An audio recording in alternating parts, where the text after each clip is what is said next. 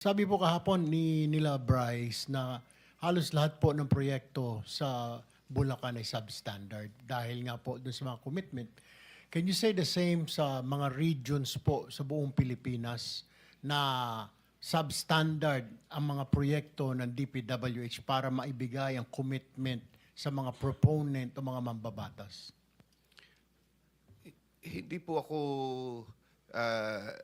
maniniwala na lahat po ng proyekto ay substandard kasi siguro po ang una pong nangyayari na substandard ay ang mga proyekto na kamukha po ng flood control. Kasi ang substandard po na ginagawa dyan minsan ay yung pong mga pangilalim na mga pilote o yung mga nasa ilalim po ng materyales na hindi na po na-expose sa mata ng mga tumitingin. So yun po yung nakikita ko na kwan.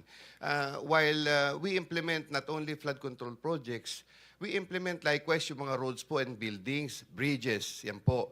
Madalang po, ako po sa tingin ko po, hindi po nagiging substandard po ang itong mga proyektong kamukha nito.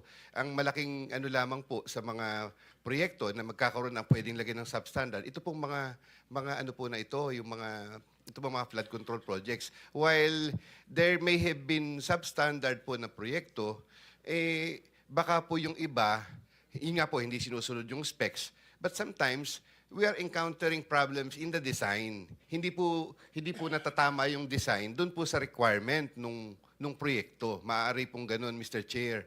Yun lang po yung akin. Pero yung to claim po na all projects are substandard, parang hindi naman po dapat ganun ang sabihin nila. Kasi unang-una po, if we can see the records of Bulacan First, there was a time when it was, I think, in the audit exit of Mr. Chair, 2023. mukhang masyado mahaba yung sagot ng ating resource person.